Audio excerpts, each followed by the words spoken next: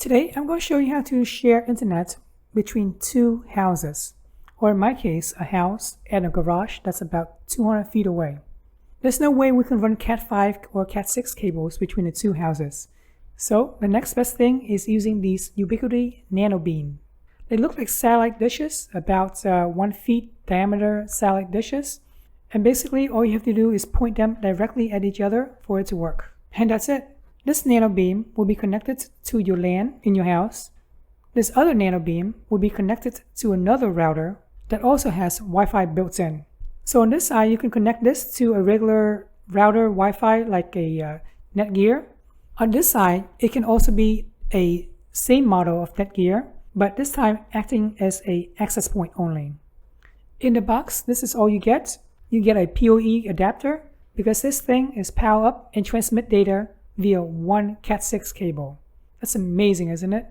This power cable right here plugs into this PoE adapter, and all the other pieces are mounting brackets. I'm going to mount the NanoBeam to the sides of the building, so we're going to use this mount. It's made out of metal, very, very secure. There's plenty of holes, as you can see, to attach it to the side of the building. Right now it's perfectly flat, so we can test it inside my house first before doing anything else. Down at the bottom, you can see there's two ports, so you can actually connect a PoE camera to this as well. But for right now, we're just using it as a regular NanoBeam, I guess.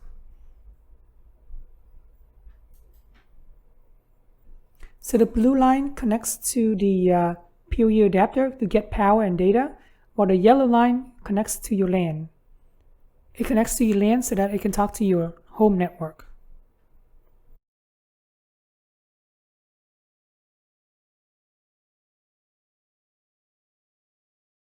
The mount is pretty easy to work with. There's one long screw right here, and then there's two small screws right here. Right now it's not really tightened down, but of course once it's tightened down, it is super secure. This is how you secure everything using an included hardware. Go ahead and feed this ball rod right through the hole into the NanoBeam, and then start twisting it.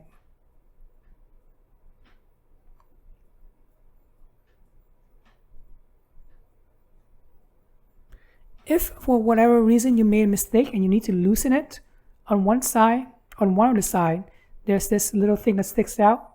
All you have to do is press on it and then start twisting it counterclockwise to release everything. This clamp is pretty easy to work with. All you have to do is loosen the Phillips, feed the clamp right through, and then tighten everything down using a Phillips screwdriver. And here's how you get it onto the metal mount. Just slide over the rod and then tighten the Phillips screw. Pretty easy. Now that you're done with the hardware, let's go ahead and take care of the software. You need this app, UISP Mobile. Click on Install.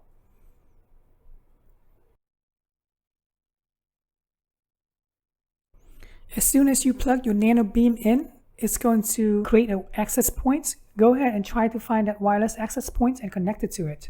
Here, the access point you can see is NBE 5AC Gen 2. Don't try to power on both NanoBeam at the same time, otherwise you don't know which one is which.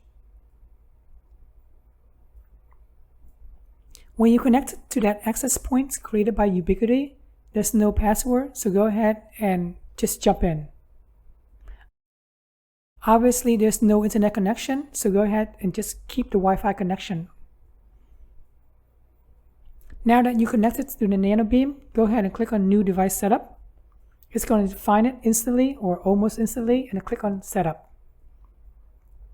It wants to find nearby devices. Go ahead and grant it everything. It's alright. Well, you really don't have a choice.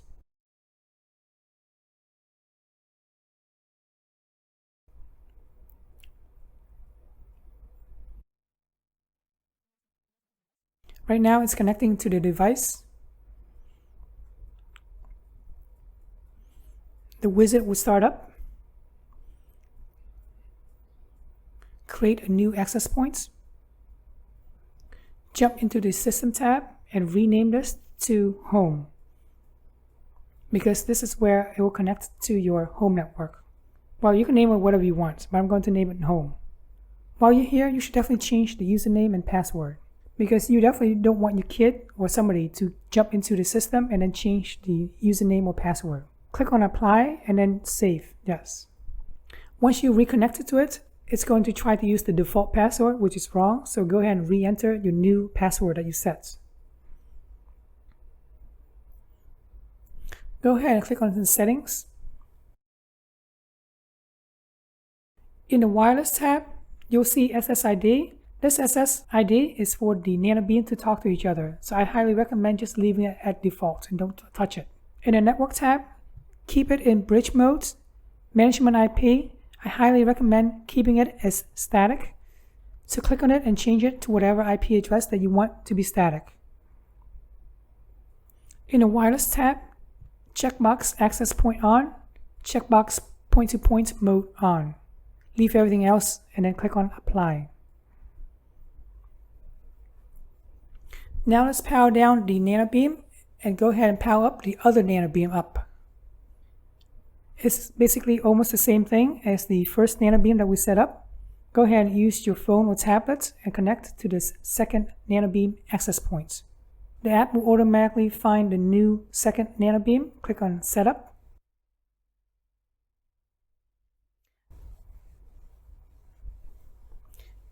Go ahead and click Connect to the home that you recently set up. Name it whatever you want. I'm going to name it as Home 2.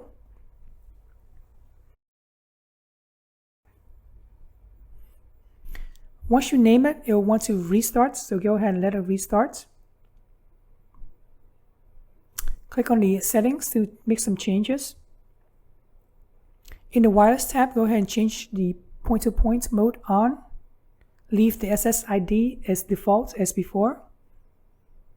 In the Network tab, change the IP address to static, just like as you did in the first NanoBeam.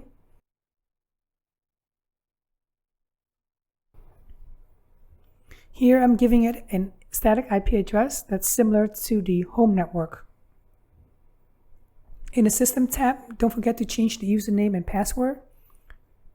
For simplicity, I kept it the same as before with the first NanoBeam. After all is said and done, click on Apply and then click on Yes. So right now the signal is really great because it's right next to each other, almost like 10 feet apart. Minus 35 dBm is super strong, by the way. Since there's no computer talking to each other yet, that's why the throughput is very low. And of course the output is slow as well. This is such a great way to share internet between two locations. I've done this for companies before, and I guess some people in my neighborhood are doing it as well, whereby they're sharing internet between two houses. I'm not going to go into the legalities of things, but I think that's up to people to decide whether they want to share internet or pay their own internet. Installing this 3 years ago was a hassle, so I can't believe they made it super easy just using your phones or tablet to do all of the configuration. Alright, hopefully you found this review and tutorial helpful. I really appreciate you guys subscribing to my channel, and thanks for watching.